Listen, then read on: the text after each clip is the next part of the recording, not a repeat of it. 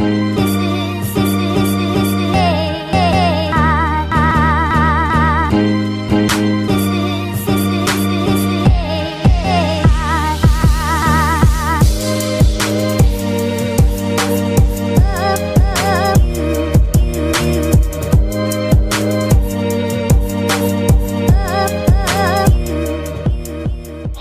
ladies and gentlemen. I am the host of Independent Thought. My name is Desmond Price. No matter where you are in the world, I want to thank you for giving me a few minutes of your day to hear my thoughts. As always, we have a great show for you today. Now, here are our topics. Hello, everyone. Welcome back to another episode of Independent Thought. My name is Desmond Price. Thank you all for tuning in for another episode of Independent Thought. If this is your first time to the podcast, welcome. Thank you for showing up. I appreciate it. Now, for this particular episode, going a little bit off the beaten path. So this is a political podcast, but as I say in my bio, I also like to talk about life and everything in between. So let's characterize this in one of the in-between episodes. So I want to talk today about, as the title says, knowing when to rest. Because one of the most important things about staying politically engaged is understanding when it's time to kind of give yourself a break. This is something that I personally have been experiencing, so I want to share some information that I have about this with you today.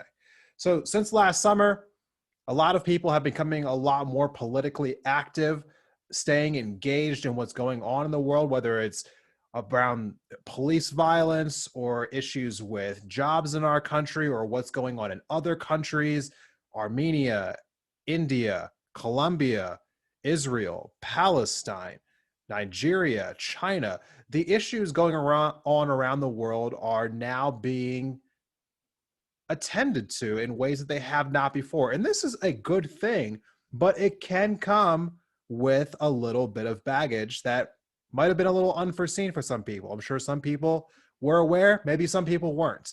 So let's talk to everyone about maybe some things that you weren't completely aware of, or maybe that you might have forgotten. So listening to too much bad news can cause chronic levels of stress in your body. And you're probably at this point, you're probably saying, well, no shit, obviously. But it's something that I think many of us may just forget on a day-to-day basis.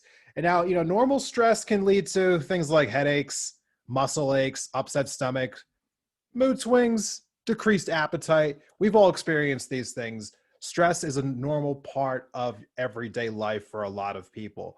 But chronic stress can actually be much more of a hindrance on not only your body, but your mind.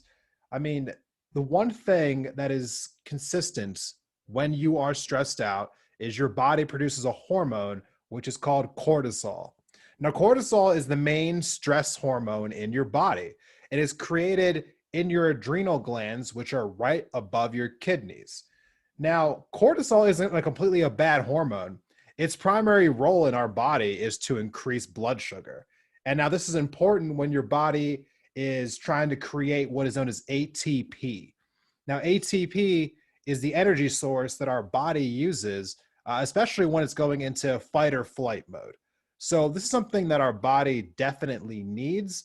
But the problem is that when your body produces too much cortisol, it can have tremendously bad effects on us. Now, especially when you're creating it on a constant level, and you would do that if you're in a constant state of stress, chronic stress. So high and sustained cortisol in your body can increase anxiety, something that a lot of people have been experiencing more and more as the years have gone on. It can increase your blood pressure. It can break down your muscles themselves and lower your bone density. Talk about insults to injury. So first you're losing your muscles and now you're losing your bone mass. I mean, it's very unfortunate, but this is something that can happen if your body is in this perpetual state of stress. So cortisol, under sustained levels in your body can just do immense damage to you, unfortunately. And on top of that, cortisol can also affect your brain. It can affect your brain size. It can affect your brain structure. It can affect how your brain functions. And now I'm going to play a quick clip for you guys. This is a video that I was able to dig up, and the person in the video is going to explain specifically what happens inside of your brain when you are constantly under a cortisol bombardment.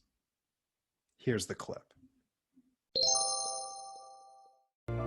But high levels of cortisol over long periods of time wreak havoc on your brain. For example, chronic stress increases the activity level and number of neural connections in the amygdala, your brain's fear center. And as levels of cortisol rise, electric signals in your hippocampus, the part of the brain associated with learning, memories, and stress control, deteriorate. The hippocampus also inhibits the activity of the HPA axis, so when it weakens, so does your ability to control your stress. That's not all though. Cortisol can literally cause your brain to shrink in size. Too much of it results in the loss of synaptic connections between neurons and the shrinking of your prefrontal cortex, the part of your brain that regulates behaviors like concentration, decision-making, judgment, and social interaction. It also leads to fewer new brain cells being made in the hippocampus. This means chronic stress might make it harder for you to learn and remember things, and also set the stage for more serious mental problems like depression and eventually Alzheimer's disease. The effects of stress may filter right down to your brain's DNA. So the important thing to know here is that you have to basically do what it is that you can to address chronic stress in your life. And we know that constantly absorbing the news can be one of those things that is creating stress. Obviously, there are other chronic factors that come into our lives which can affect stress, jobs, relationships, a global pandemic, losing your job. There are so many different things that can come into play here. So it is important that we do try to find ways to avoid stress when, possible. But on top of that, it's also just important from a self-care aspect to check what's in your diet, try to eat better, try to move more towards anti-inflammatory foods that can have more of a healing effect on your body. Don't forget to get up and get some exercise, even if it's something as simple as just taking a walk outside. Maybe just throw on a podcast, throw on this podcast, just go take a walk for a few minutes. Even if it's at like 11 o'clock at night, just go take a walk outside. It's beautiful in the summertime, and also something that's very underrated is just go do something that you just enjoy, something relaxing, something fun. Releasing positive endorphins in your body also can have a healing effect. But as far as healing is concerned, the time of the day where our body does the most healing, and what I want to talk about now, is when we're asleep. And that is something that I feel as though is a part of self-care that gets ignored the most by the most people. It's something that I want to bring to everyone's attention today because sleep has a huge role in our ability to heal from the damage that stress is constantly doing to us on a day in and day out basis. But the problem, unfortunately, is that we are sleeping less and less as a society. In the 1950s, studies show that the average American was getting around 8 hours of sleep a night. Now, fast forward to today, that number is way closer to 6.5 hours, maybe even 6. And that's on average.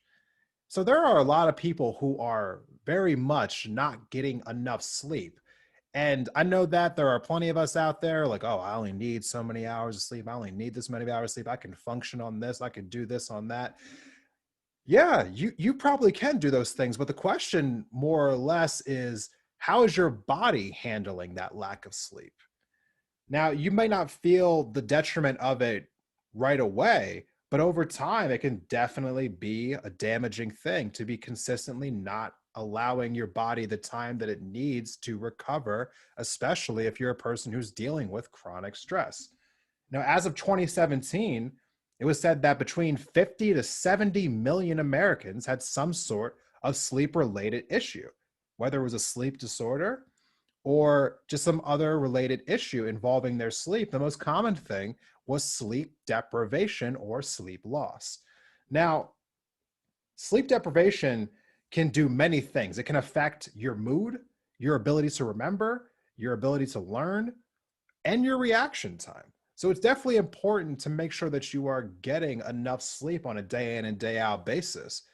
And different levels of sleep, this is also why it's important to get good quality sleep. Different levels of sleep actually have different regenerative properties for our bodies and for our minds.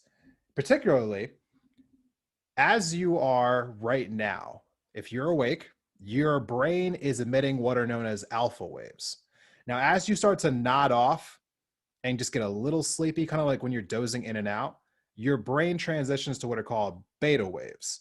And then as you get into that light sleep, your brain is now entering what are called theta waves. And then once you enter into a deep sleep, you are emitting delta waves. And now when your body is in these, some of beta, theta, and delta, your body is actually regenerating itself on a cellular level. Cells are regenerating themselves during this part of the sleep cycle, and broken DNA is actually being repaired in your cells during this time. And then after delta, we enter what's known as REM sleep, REM sleep. Now, this is the time when most people will, be having their dreams. But what is also happening during REM sleep is your body's actually solidifying memories of that day. So it's a way to kind of consolidate our short-term memory, our long-term memories. This is happening in the hippocampus, which if we relate back to the last video, or the last, clip, excuse me, that is an area that is constantly under attack due to chronic stress. So it's important for your body to get to REM sleep so that that area of your brain can heal a little bit. But, I also want to talk about what happens if we do not allow our brain that time to recover through getting enough sleep. So I've got one more clip to play for you about what happens inside of your brain while we're sleeping. Here's the clip. How can sleep deprivation cause such immense suffering? Scientists think the answer lies with the accumulation of waste products in the brain. During our waking hours, our cells are busy using up our day's energy sources, which get broken down into various byproducts, including adenosine. As adenosine builds up, it increases the urge to sleep, also known as sleep pressure. In fact, caffeine works by blocking adenosine's receptor pathways. Other waste products also build up in the brain, and if they're not cleared away, they collectively overload the brain and are thought to lead to the many negative symptoms of sleep deprivation. So what's happening in our brain when we sleep to prevent this? Scientists found something called the glymphatic system, a cleanup mechanism that removes this buildup and is much more active when we're asleep. It works by using cerebrospinal fluid to flush away toxic byproducts that accumulate between cells. Lymphatic vessels, which serve as pathways for immune cells, have recently been discovered in the brain, and they may also play a role in clearing out the brain's daily waste products. While scientists continue exploring the restorative mechanisms behind sleep, we can be sure that slipping into slumber is a necessity if we want to maintain our health and our sanity. Okay, so now that we've gone over what happens as far as the cleanup is concerned in your brain while you are sleeping, let's talk about why am I bringing this up now. So firstly, I wanted to say, again, thank you to all of the people who consistently have been tuning into this podcast week in and week out. It is now episode 20 of season 3. So if you've been with me just from the beginning of season 3, we're talking 20 episodes in a row of some pretty heavy topics. I mean, just to name just some of what's been happening here, we had to talk about a president trying to cast doubt on our election process, followed by an insurrection, followed by whether or not a stimulus package was going to come that was sorely needed by so many people in this country, concentration camps in China, the advancement of artificial intelligence and how it may play a role in our society, the constant battle in our country about how to handle climate change via the Green New Deal. Should we cancel student debt? How large companies like Amazon are abusing their workers, qualified immunity, and the police violence that happens in this country, an eviction crisis. And that's just only covering a little bit of the surface. But when you're hearing these topics week in and week out, it is causing, let's just be fair, it is a stressful thing to be constantly engaged with. It really is. It's a stressful thing for you as a listener. It's a stressful thing for me as the host who has to go and research these topics every week. So it is taking a toll on all of us to stay this engaged in the news. Now, I thank you all for joining me each and every week. I really do appreciate you taking the time to filter through all of these subjects with me. But let's be fair to both all of you and to me, myself, the host here. It is important to make sure that while staying engaged, you also take the time to make sure that you're taking care of yourself. You cannot be a consistent participant in social discourse if your body is run down dry, basically, from exhaustion, from constantly being engaged in stressful situations. And stressful situations can include being plugged into the chaos that is what's going on in our world right now.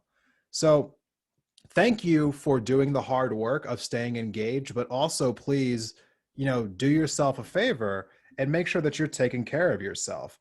And I say that because, I also have a rough topic coming up next week. As some of you have already known, those of you who are on my Patreon, I explained that my next episode, which will be the season finale, is going to be covering human trafficking. So that's what's coming up next week. So it is heavy topic after heavy topic. Please, everyone, do yourself a favor and give yourself a little bit of grace dealing with all of these stressful topics. And remember to take care of yourself. And for those of you out there who might get this reference, if you can't love yourself, how in the hell are you going to love somebody else? Can I get an amen up in here? Now I'm going to take a second and I'm going to let the music play when the ad comes here in a moment. But first I want to say, for those of you who are not familiar with my podcast, I'm going to be now transitioning to my guest segment for the week. My guest and I will be having a conversation that is different from this one. So don't be alarmed if you tune in here in a few minutes and it's a brand new conversation. It will be. And make sure not to touch that dial. We have a special message from our sponsor for this week coming during the break, so do not skip that. And if you are interested in our sponsor, please scroll up into the episode notes and the link will be right there to go directly to her website. Thank you so much. We'll be right back with a message from our sponsor.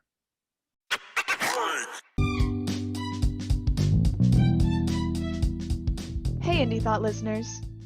Has this past year helped you rediscover your creative and crafty side? Well, then you're going to love our sponsor for today's episode. Bathing Beauties Beads is a full-service bead shop in the heart of downtown Missoula. Whether it's seed beads, semi-precious stones, vintage beads, or just materials to make a project, they have something for every person and every price range. Not from Missoula? Don't worry. They have an extensive online store and they will ship directly to you.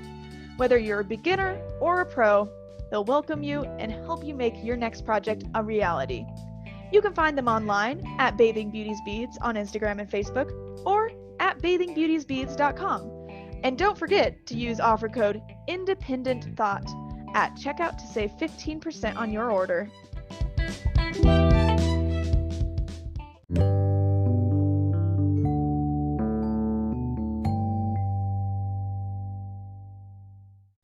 Welcome back from the break, everyone. Thank you for listening to another episode of Independent Thought. For this week's episode, my guest is V from the Lesbereal podcast. I found V on Instagram a few months back, and we've been kind of talking about her coming on the show, and I'm glad that I'm finally getting a chance to have her on now. So V, thanks for coming to the podcast today. Thank you for having me. Thank you, actually. Yeah, absolutely. And so as we're getting into it today, whenever I have a new podcaster on, it's just tradition. First thing we got to do is talk about your podcast. So what is kind of like some of the topics that you talk about on your podcast, and what was the motivation around you starting it? Okay, so the motivation for the podcast, where I am, I'm located in Philadelphia. It's okay. The LGBT community, it's okay, but it's not really talked about, especially in the Black community. So I kind of wanted to have a place where people could kind of, get a feel of how we feel or our thoughts or different topics on how to go about things. A lot of people are curious, but they never know who to go to or ask. A lot of people would actually call me and say, "Hey V, I have a question about this or that," and I'm just like, okay, so why not start it? That's kind of was the motivation. I was getting too many phone calls about the community from different people, and they wanted to know stuff. So I'm like, okay, why don't we just give them a podcast so they can kind of go back and learn stuff on their own? Right. No, that makes a whole lot of sense. Does Mm-hmm. it ever like make you feel uncomfortable at all when a bunch of people come to you as like they're almost like they're LGBTQ like advocate, like, hey, I need to talk to you about these issues? Does that make you feel uncomfortable? Like, because I know, I mean, I live in a mostly like white community right now out here in Montana, and so Mm-hmm. I gotta say, like, I have a really conflicting feeling on like white people like approaching me, asking me about Black questions. You know what I'm saying? So tell Get me that. your experience with that. Like, how has that been for you? Um, it had at first it was weird. I will not lie to you. It's like, okay, why do you keep coming to me? But I have a lot of friends who are allies of the community. They're very supportive, but they never felt comfortable enough to go to a person, that was openly gay or openly, lesbian or anything. And so I guess they were comfortable with me. So it kind of made me feel weird, but it also made me feel like, okay, they trust me enough to come with me with these questions. And they weren't rude about it or anything. So that's kind of why I got more comfortable as this kept going. They weren't rude about it. They really genuinely were concerned and curious about what was going on in certain things. I've had so many crazy questions, basic questions, random questions. They'll call me in the middle of the day. We have this big thing now in the world with pronouns, and my friends, some of them do not know how that goes, the background on it, how they should do it, when they should put the they, them in sentences. They will call me for it. So Okay. I have no problem helping. No, it's not a problem. Yeah, well, I mean, that's a really good thing that you are, surrounded by allies in the community. As I grew up, around the Philadelphia area, and I know that that's it's not always the most common thing to find Oh allies in yeah. that community. Have you experienced like prejudice or, just kind of like any kind of like discrimination like around Philly or in Mm, Philly? Like, what has your like experience been like in that area? well, in Philly, I stay closer to the community, so I don't actually have to face any of that type of stuff. I do travel a lot. I am from California, so when I go out there, they're actually very cool. But here in Philly, it depends on where you're at. Me, since I dress a little bit more masculine, I don't. If you like see me or anything like that, you can tell I'm a woman. But usually, guys from the rip, if they see me in the clothes that they see me in, they automatically think I want to be a guy or a man, and that's not the case. And sometimes they will yell at me or scream at me. I've never had anyone try to fight me, but they have yelled at me a few times, and have called me crazy names. And it doesn't scare me or anything. It's just like kind of it's like ignorance, and it's just like, wow, I wish I could teach them XYZ more so. So it's not, I'm not really mad at them. It's more so like they don't know any better. Yeah, no, and honestly, I'm really sad that you have to go through that because, I grew up over there, like I was saying. I know that, it's not always the easiest place to be. And, Oh yeah. I mean, just the intolerance I feel like in the neighborhood around there, it just like it's crazy to me that there's still so many people who kind of treat it as if like it's something like weird or foreign or it doesn't belong. And is there like, you said that you only stay in certain areas, are there like certain parts of Philly that you just don't feel like safe going into? Well, I'll go anywhere. I'm not a person who's going to be scared, but for safety reasons, sometimes it depends on, say if I'm hanging out or a club type deal or hanging or going to brunch, I do hang in certain spots. I have been to some clubs and say I am engaged. I do have a fiance, and if I go out with her, and if a guy tries to approach her, it could go left or right for me. Not for her, but for me, because they think, again, since I look the way I look, they're like, okay, well, she thinks she's a guy. Maybe we can fight, and it's kind of like, well, this is not that. I know 100% that I don't want to be a male. I would never fight one because obviously a male, they're way bigger than me. So yeah, certain areas, if we're going out together, we kind of just definitely dodge that. We don't want to go through the headache. More so, we're not scared, but we don't want to go through, hey, are you guys together? Are you guys together? Them badgering us. We get 1,000,001 questions every time we go out. It's very annoying here in Philly. It can be Yeah, very no, annoying. I could imagine that. I mean, I I don't know what that's like personally. I'm sorry you have to go through that. Right. But you were telling me, I think in a previous conversation that we were having, that when you were out in California, that was something that you never had to experience when you lived No out way. there. What Right. was it like in like California? Like, was there like any real discrimination? Do you think that's just like a geography thing? I think so. It's so crazy. Coming from over there, like I said, they kind of just go with the flow. They're very laid back people. I won't say everyone, but in general, where I come from, San Diego, they're very laid back. So, if you tell someone, hey, like, hey, I'm bisexual or hey, I'm transgender, they're like, okay, well, all right, cool. And they're very welcoming. I've never had an issue ever out there. And even as an adult, when I go back to visit, I feel very comfortable with everywhere I go out there. They literally don't bother me. But here, more so, women don't bother me here in Philadelphia. It's men. Men will sit Really? here and just, yeah, it's very weird. You would think, a woman would, get all crazy or, hey, don't come near me. I don't like women like that. I've had straight friends who are very, very cool with me. I have a straight best friend, and she was very comfortable with me. She comes from a very, very strict background, and she was not weird. It's usually random guys that I don't know who give me a lot of problems here in Philadelphia. It's very weird. Yeah, that's very uncomfortable and very unfortunate. Yeah, And honestly, you would think that there'd be a lot more tolerance just surrounding the entire community. right. After what happened like this past summer with all the protests that were happening Oh, with yeah. Black Lives Matter. But Hmm. I think you and I were discussing before that you just felt like some people in the Black community just don't see LGBT like Q issues the same way they see like Black Lives Matter like issues. That is correct. I'm not going to say everyone because I do have people that's in the Black community who is not a part of the LGBTQ community, but they see us.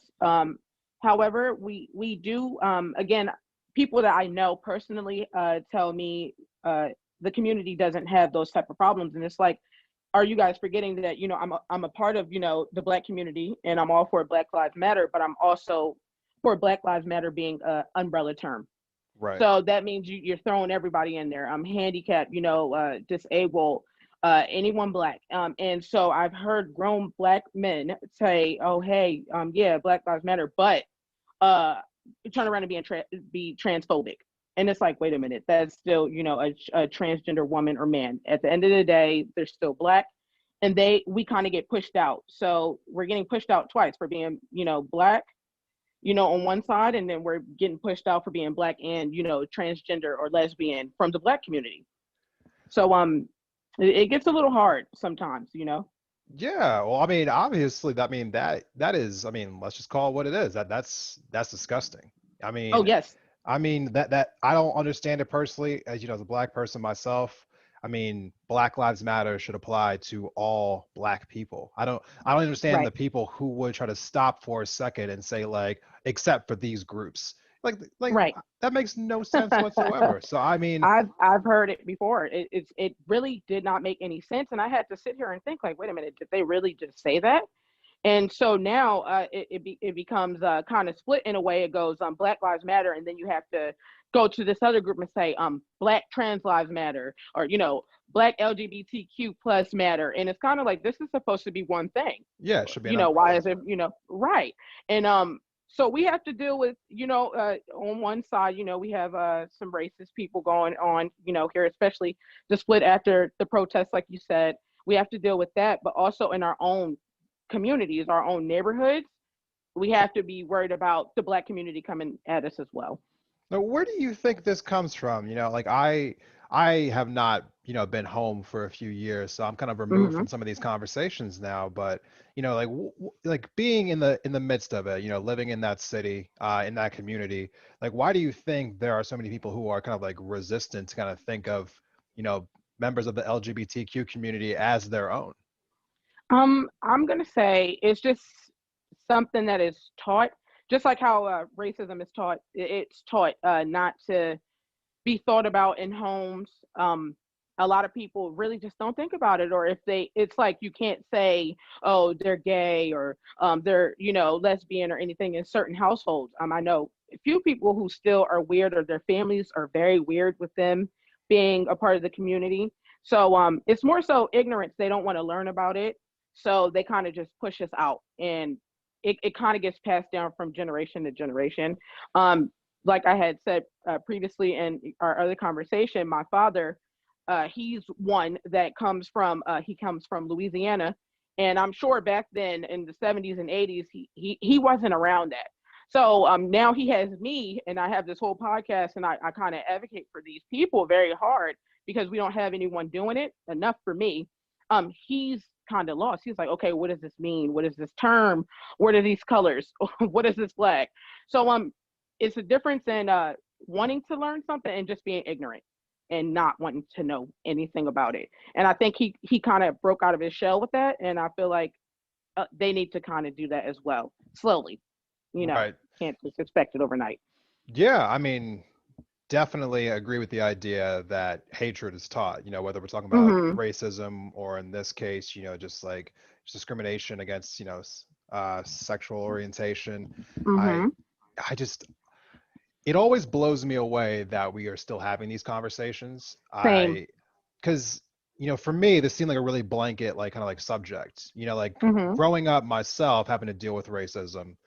I always just thought, like at the end of the day, discrimination is discrimination. It doesn't matter like what flavor it is. And like for me, like Correct. someone who had to deal with racism, I'm not going to turn around and be, discriminating against somebody else because I understand what that feels like. So it Correct. always really just upsets me when I see fellow people of color turning around discriminating against those in the LGBTQ community because like we know what that feels like. We should be Absolutely. the last people doing that as far as I'm I'm telling concerned. you, that's where I get a little blown away as well. I sit here and I really just read, and I'm like, what is going on? Like, we literally get, we get judged so much, and, people are so racist towards us every day, all day. And they'll turn around as if that didn't just happen to us as a whole and come at a certain group. Um, I actually had a friend yesterday, and once I see a person who I'm calling my friend be homophobic or transphobic, I'm no longer calling the person my friend because again, I'm a person that's a part of that. And once you do that, you're not my friend, because you're sitting here. It's just not okay with me. It doesn't sit well with me. And she said something of the sort that maybe this Black man that had came out saying he was bisexual, he needs to burn in hell. And I said, well, you understand, I think that was a bit much. And she says, well, I don't think it was. And I said, well, I think, now I feel like you feel that way towards me. You're just not saying it because we're cool.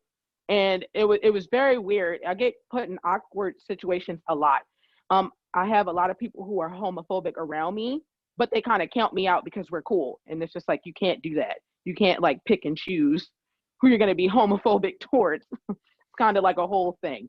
Yes, exactly. I mean, the same way if you just swapped out that word with racist, everyone Oh, would yes. understand completely, right? But then Hmm. somehow their understanding just seems to fade away when you take the word out racism and put the word homophobic in. Correct. Correct. Right. So, the question that I have for you, I've been spending a lot of time the last like few episodes this season kind of asking people the same kind of question. Um, Hmm. for those who, do not understand like where you're coming from with this. Like if you could get a message to somebody who doesn't see these issues the same way that you see them, like what exactly would you say to them? Like how would you like get your message across that, you know, the way that they're thinking about this is just not fair or not correct or so on and so forth? To my community, because I actually have to have these conversations maybe once or twice a month with people that I know personally. Um, Literally what you just said, kind of swap out the racist word with the homophobic and put it in that light. And that usually actually helps them. It's so crazy because it's such a basic thing that they should do on their own. But, once I put it that way, then they kind of go, wait, you're right. Or it goes, you guys know how it feels to be, judged, or people prejudice. People are being prejudiced towards us, and you guys turn around and do it to us as if we don't have to deal with it altogether. And they kind of just stop and they kind of think and they go, well, maybe you're right. It's very simple, but a lot of people won't say it to them, especially people who are in the community. It's like they're kind of scared to say something, and I'm not scared to say anything to them. So I'll go back and forth with someone all day, just to get my point across, because I know for a fact, if I'm wrong, I am wrong. But however, when this comes up, I know I'm not wrong. You shouldn't be, you know, pushing out something that you're getting pushed. People are pushing this out on you, and then they turn around and it backfires on us, and I don't think that's right. So that's how I would get it across. And it's no yelling. It's not a debate or anything. We both speak, and usually at the end of it, they apologize, and I don't hear that anymore from them. You know. Hey, that is really important work that you're doing. I personally feel as though a lot of these issues can be resolved with conversations because, I think what you said earlier, it really does come down to a lot of just ignorance. I think there are a lot Hmm. of good people out there that don't realize how just hateful they are being, as crazy as that might sound to bystanders. But sometimes it is as simple as just having a conversation with somebody to kind of like pop that little light in their eyes. Yep. So I am, glad that you are taking the opportunity to do that. Thank you for, doing that, in your everyday life and on your podcast. As we kind of wrap this up really quickly here, just tell everyone where they can find your podcast at. Okay, guys. The podcast is actually on every platform, actually. So we have Apple, we have Spotify, Google. It is on Pandora. It is on iHeart. Anywhere you get your podcast, it is available at Lesbereal with V. Okay. Now, if you haven't decided already, I'm going to ask you one more time. Just please go subscribe to her podcast. Give it a 5-star rating if you're on Apple. Thank you so much. V, Thank you. thanks for coming on today. I hope you get to come back on again in the future. Of course, I hope so too. Thank you so much for having me. Yeah. All right. For everyone else, I'm going to take a quick break and we'll be right back with my final thoughts of the day.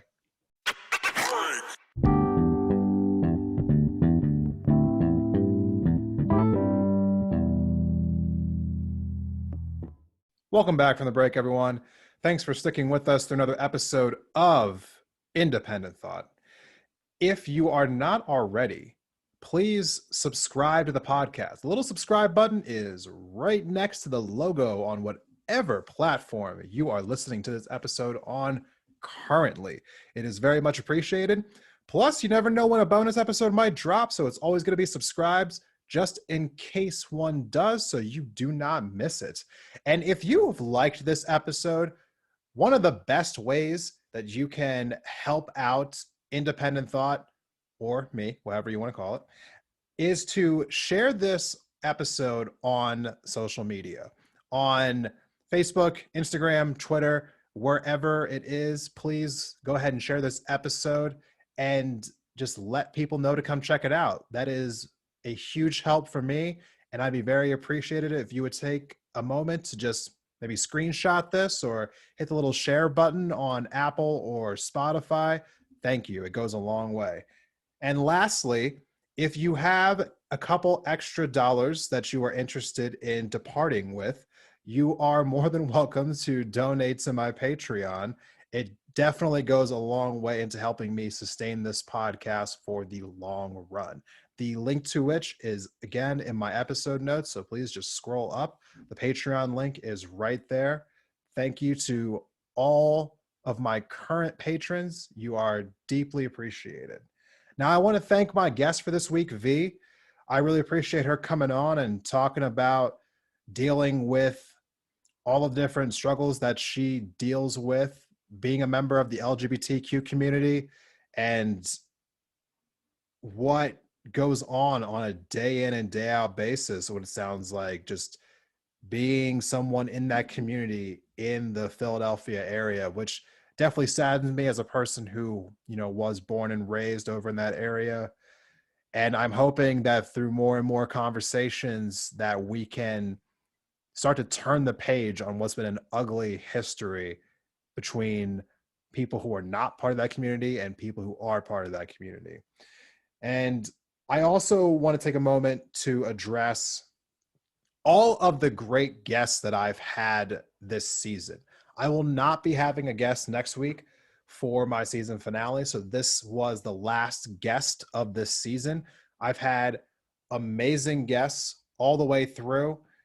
I just thank you all for taking the time to come on my podcast. I really do appreciate that. I will continue to shout you guys out on social media. So thank you again. Hoping to have everyone come back on in the future. And I'm excited not only to have some of you come back on in the future, but I'm also excited for the guests who have already said they want to come on for season 4, which will be beginning in July.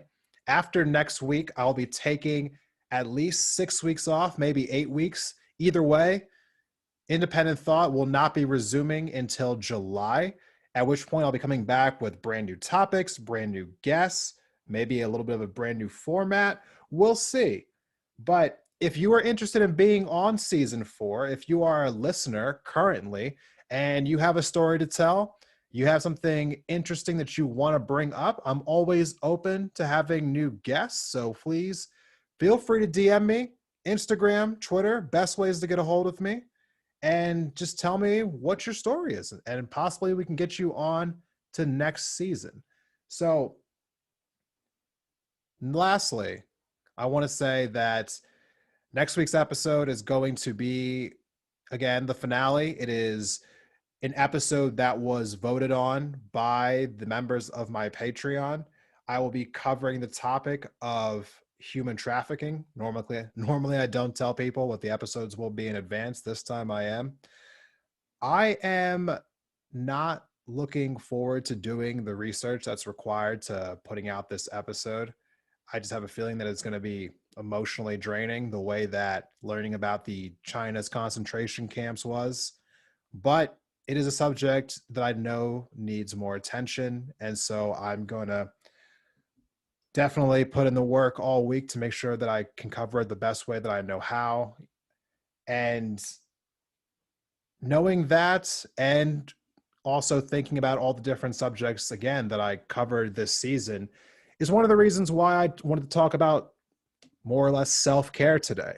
I'm not the self-care thug the way that, Janae Strickland Nunn is, the host of the Confessions from a Red Couch podcast. She's definitely the authority on that one.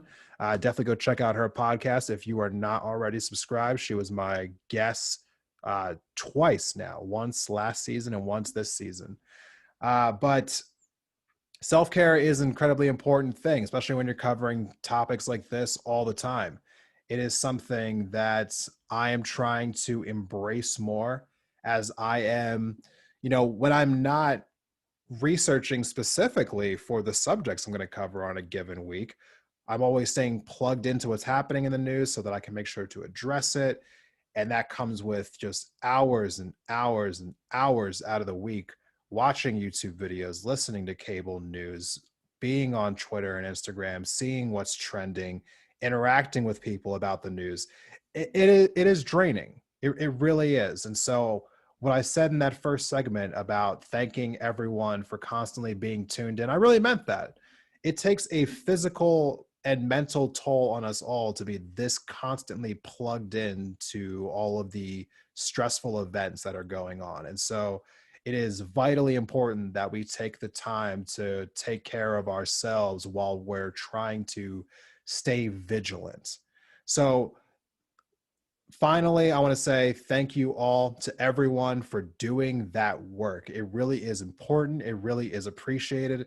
And make sure in the meantime, you are taking care of yourself. I will see you all next week for the season finale. Thank you again for being members of Independent Thought.